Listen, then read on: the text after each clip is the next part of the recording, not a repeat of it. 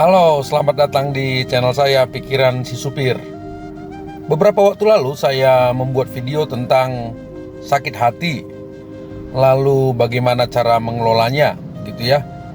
Namun terkadang tidak segampang saya berbicara ini untuk mengelola sakit hati. Kadang-kadang sakit hati ini menimbulkan dendam, ya, yang mungkin akan sulit hilang.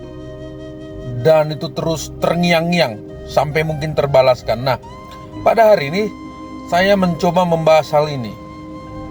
Perlukah balas dendam? Ya, saya ulang ya, tema kita kali hari ini. Perlu nggak sih balas dendam? Gitu ya.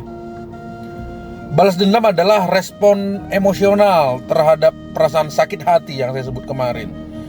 Penghinaan, mungkin kita pernah dihina orang dan kita bilang, saya akan balaskan, satu kali saya akan balas.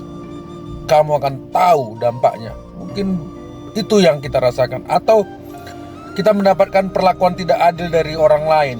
Jadi mungkin kita bilang, lihat satu kali ya, awas, kamu akan tahu, kamu akan lihat, saya akan balas kamu. Mungkin begitu. Nah, namun apakah balas dendam ini benar-benar diperlukan atau bermanfaat sebetulnya?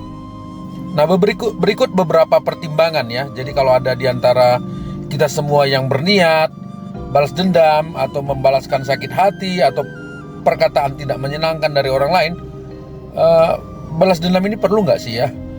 Atau bermanfaat nggak ya? Coba pemikiran saya kali ini bisa jadikan pertimbangan. Yang pertama, mengutuk atau balas dendam mungkin dapat memberikan rasa puas sesaat. Puas rasanya, tapi sesaat. Tapi dalam jangka panjang itu tidak akan membawa kedamaian loh ya, dan kesejahteraan emosional. Merenungkan dan memaafkan memang meskipun sulit ya, seringkali merupakan langkah yang lebih baik untuk mencapai kedamaian batin. Jadi sekali lagi, balas dendam ini senang, puas sesaat, tapi dalam jangka waktu lama saya kira tidak akan membawa damai sejahtera. Jadi ya jangan ya, perlu dipertimbangkan. Yang kedua, siklus kekerasan. Jadi kalau balas dendam ya, seringkali memicu siklus kekerasan dan dendam yang tidak berujung. Maksudnya apa? Hari ini kita balas dendam, ya nanti yang kita balas dendam atau pihak lain itu juga memantik reaksi serupa dari mereka. Mereka juga balas dendam. Akhirnya apa? Konflik yang berkepanjangan, lebih besar, dan situasinya akan makin buruk. Gitu ya. Yang ketiga, pemulihan diri. Lebih baik kita berfokus kepada pemulihan diri, bukan membalaskan dendam. Fokus dari pemulihan diri ini dan penyembuhan dari sakit hati ini mungkin lebih bermanfaat ya, lebih berguna daripada membalas dendam. Mengembangkan rasa pengampunan dan belajar dari pengalaman tersebut justru membuat kita bisa lebih tumbuh dan berkembang. Keadilan. Memperjuangkan keadilan ada hal yang penting, tapi itu nggak harus selalu lewat balas dendam. Ada cara lain untuk menegakkan keadilan, yaitu ada sistem hukum atau lembaga yang berwenang. Sebelum saya tutup, Albert Einstein pernah berkata, balas dendam itu membuat kita kehilangan banyak hal yang berharga dalam kehidupan kita. Tidak ada yang lebih bodoh daripada melepaskan kehidupan kita hanya untuk menyakiti orang lain. Saya ulang, ini bagus banget.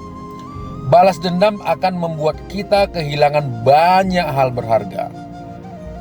Dan tidak ada hal yang lebih bodoh daripada melepaskan atau mengizinkan kehidupan kita hanya untuk menyakiti orang lain ya. Jadi ya, pertimbangan ini harap direnungkan, dipikirkan. Nggak ada gunanya balas dendam. Jadi sebagai kesimpulan, dalam banyak kasus balas dendam tidak akan membawa manfaat, apalagi jangka panjang ya, bahkan memperburuk situasi. Mari kita lebih baik berfokus kepada diri kita, mengampuni, memaafkan, belajar untuk melupakan peristiwa tersebut dan mencapai kedamaian atau kesejahteraan emosi kita yang lebih berguna. Kalau Bapak Ibu atau teman-teman merasa senang atau diberkati, bolehlah di subscribe channel saya Pikiran Si Supir di YouTube atau di komen, atau di like, atau bahkan di share. Sampai ketemu di pemikiran saya yang lain. Salam.